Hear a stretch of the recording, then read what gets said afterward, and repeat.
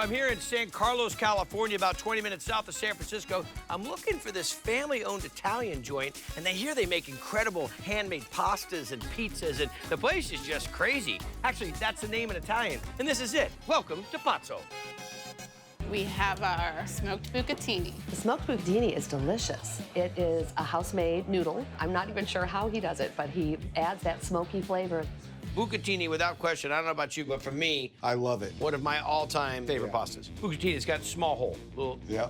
Okay? And I see that you got an extruder. Right. Let's take it for a run. Let's do it. We've got #1 semolina, egg yolks only. Okay? Makes a nice rich pasta. Some water. Start mixing.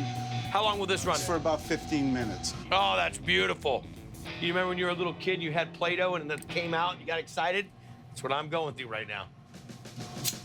Dip it in the rice flour, coat it. Nest it. Nest it. Look at this little routine you got going, though. Oh, yeah. And then it's gonna go into our smoker. It's for like 20 minutes. We're actually smoking the pasta? We smoke the pasta. Didn't see that coming. We don't wanna like crisp it up, but you could taste the smoke. You're crazy. Yeah, I am. Yeah, I am. I resemble that remark. Okay, this is a simple cacio e pepe sauce. Cacio e pepe, cheese and pepper, is one of the staples in Italian food. We're gonna drop the bucatini first. Because we're reconstituting it. Yeah, drop that in. Okay? And we'll start with a little pasta water. Which has got a little bit of starch in that, so that'll tighten it up. Next is butter, fresh ground black pepper. This is super key. In cacio e pepe, you gotta have really good fresh pepper. And pecorino cheese. That nice, tangy, salty pecorino. Absolutely. Add more pasta water. That's really how you dial it in. Pasta al dente. Hello, food coma. I'll see you in just a minute. Nesting it right up. And then we garnish it with some more pecorino.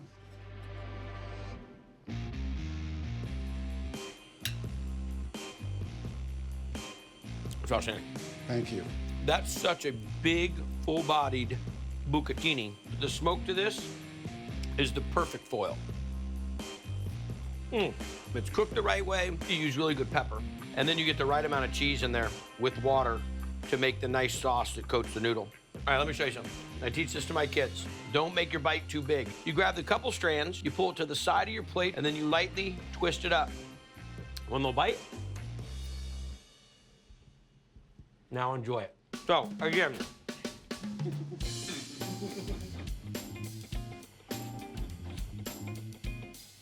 Oh, Joyce and Topeka, you want to see it one more time?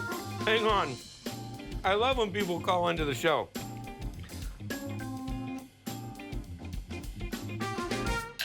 One smoked bucatini with cacio e pepe. That little bit of smokiness to it was just wonderful. And the cheese on the top is the perfect finish.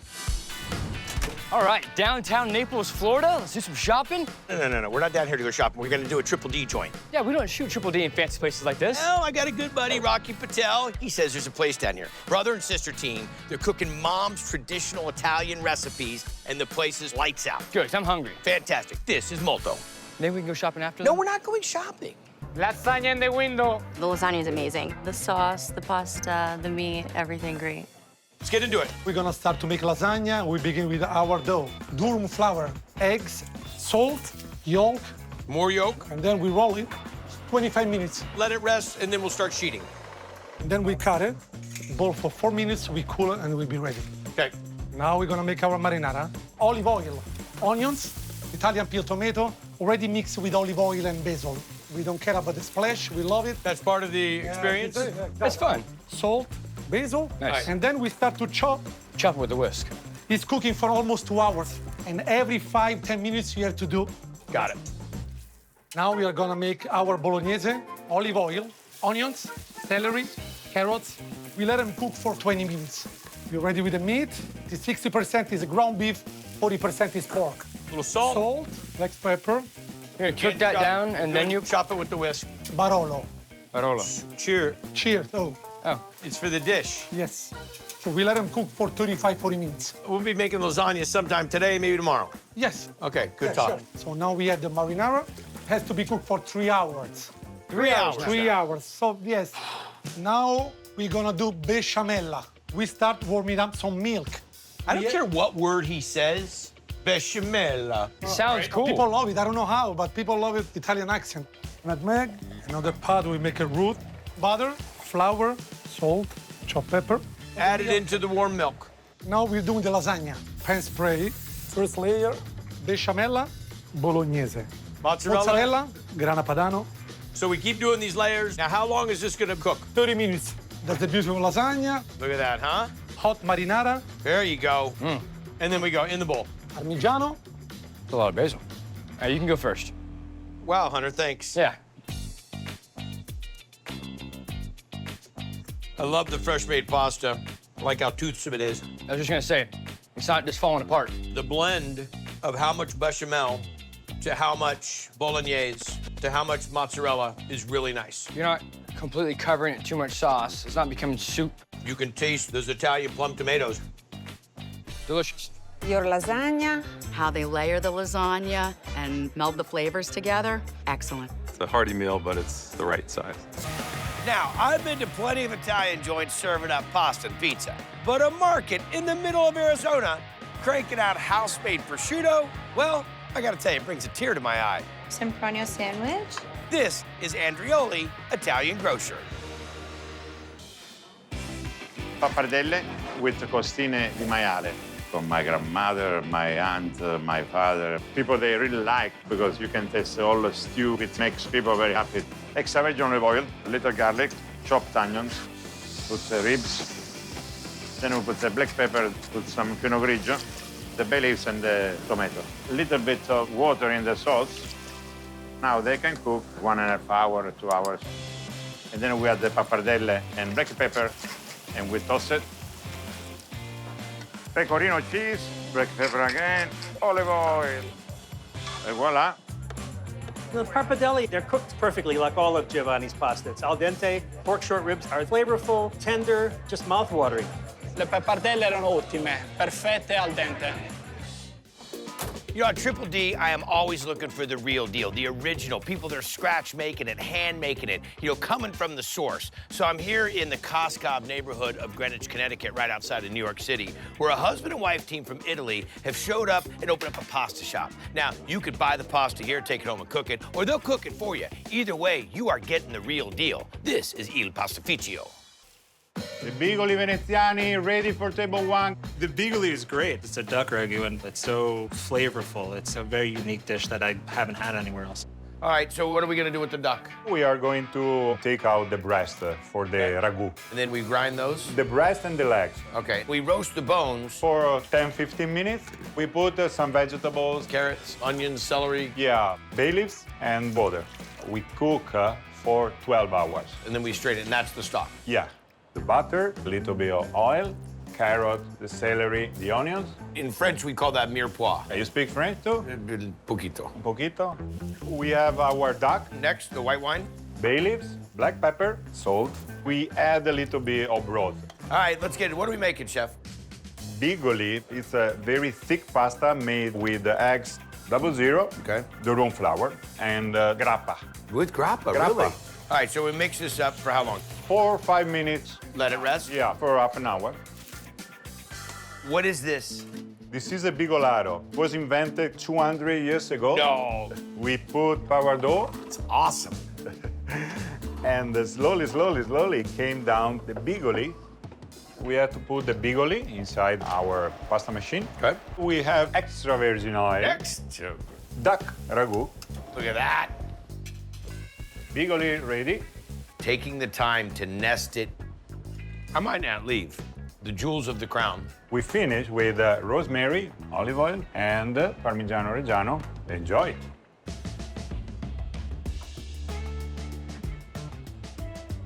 If someone said they don't like duck, this would be the dish that I would say, let me introduce you to duck. It's tender, great depth of flavor, no filler, all thriller. Outstanding. Thanks. Gives me goosebumps. Bigoli are almost ready. You can taste the duck. It's tasty. It's not gamey. The thick pasta along with the crumbly duck, I think it goes very well together. So I'm here on Water Street, or around here they say water, because I'm in the financial district of Boston. And I'm here to check out what may look like your average everyday pizza joint. But from what I hear, behind these walls is real deal Italian. This is Casa Razdora. Rosette. It's pasta with cheese and ham. It's got a nice little crusty area on top, but then it's soft and delicate underneath. Rosette's outstanding. What are we gonna make next? We're gonna make rosette, little roses. When they're cooked, they look like little cooked white roses. Okay. There's a dough for the rosette. So the sheets have been par-cooked off a little bit? I'm gonna add the cooked prosciutto and the fontina cheese now. Well, you wanna take one side and I'll take the other? Hey, come on. Hey, how you doing? Ready? Hey. Roll. Are we rolling it tight? Yeah, tight. All right, guys, let's All move. right. We're gonna bring the cutting board in, cut them up, and place them in the pan. We're gonna add cream. Little nutmeg? What do you got nutmeg, here? a little black pepper. This is gonna be awesome. We're gonna cork it now with a little piece of aluminum foil. What temperature, how long? 450, 40 minutes or so. I don't know that I'm gonna be able to eat all of it, but I'll sure try.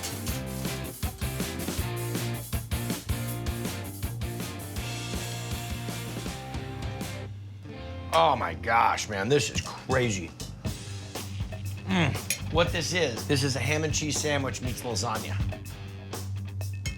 It's white, it's super flavorful, not overly salty. That is a stick to your ribs. You are so happy that your mom is making this for you kind of meal.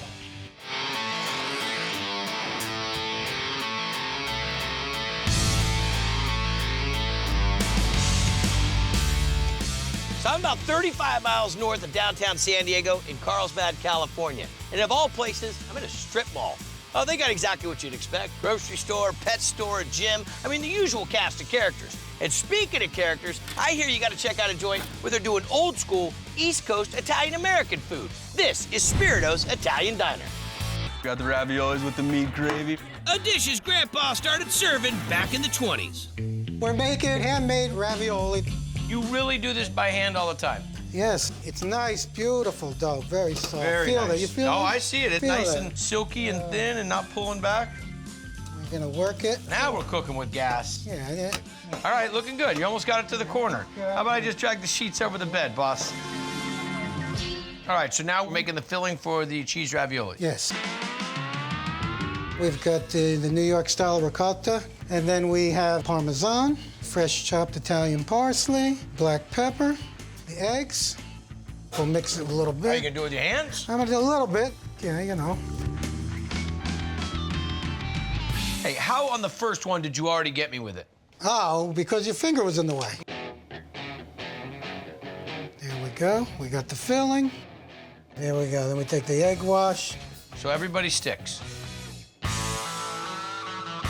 Put the filling. Yeah, these are nice size raviolis.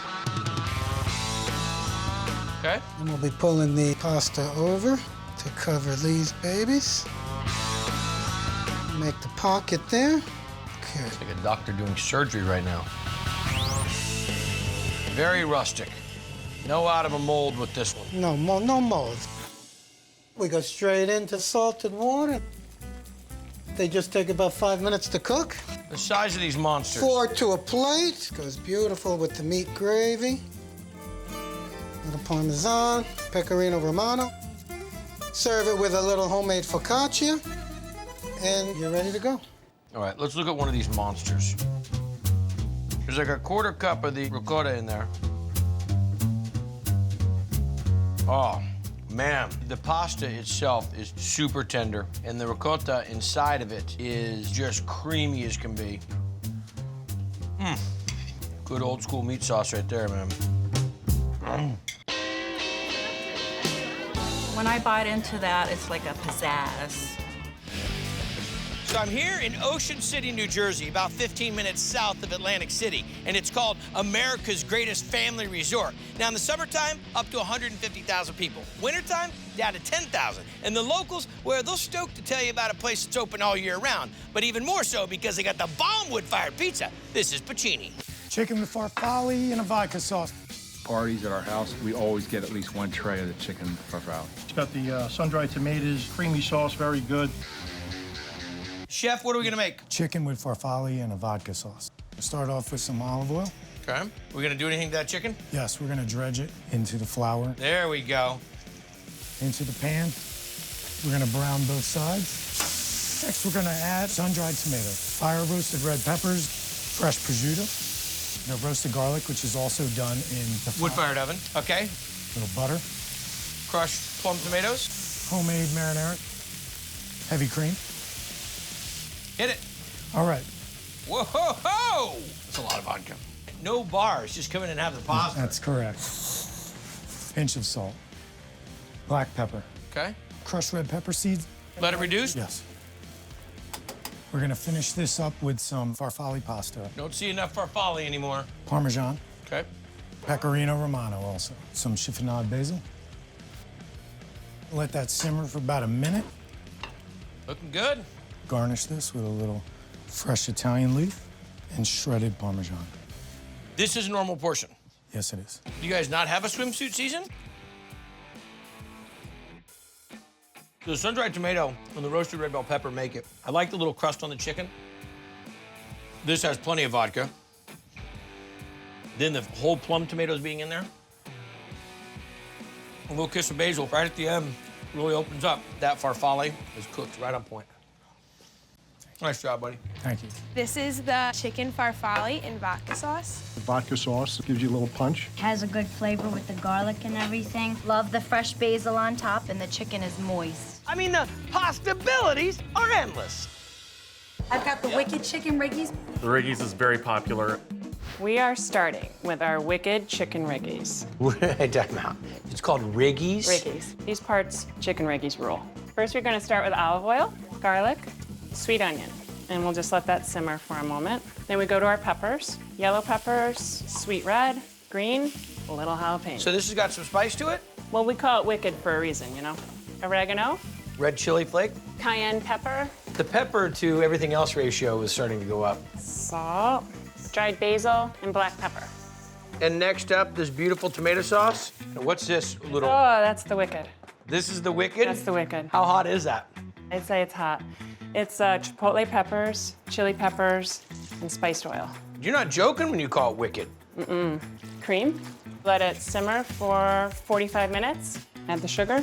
Romano cheese. Whoa, whoa, whoa. So we let it simmer down? Yep. And next we'll work on what? We gotta chicken it. We're gonna chicken it? We're gonna chicken it. Sliced chicken breast, a little salt and pepper. So the chicken's browned up nicely? Yep. Cream chicky Riggy sauce. Then I pour my Riggies in, coat it all. There you go. And she's done. That's an awesome dish. Pasta's nice, not overly spicy. Love it. Thank you. Riggies up? Chicken Riggies was a big hit before, and now it's even a bigger hit.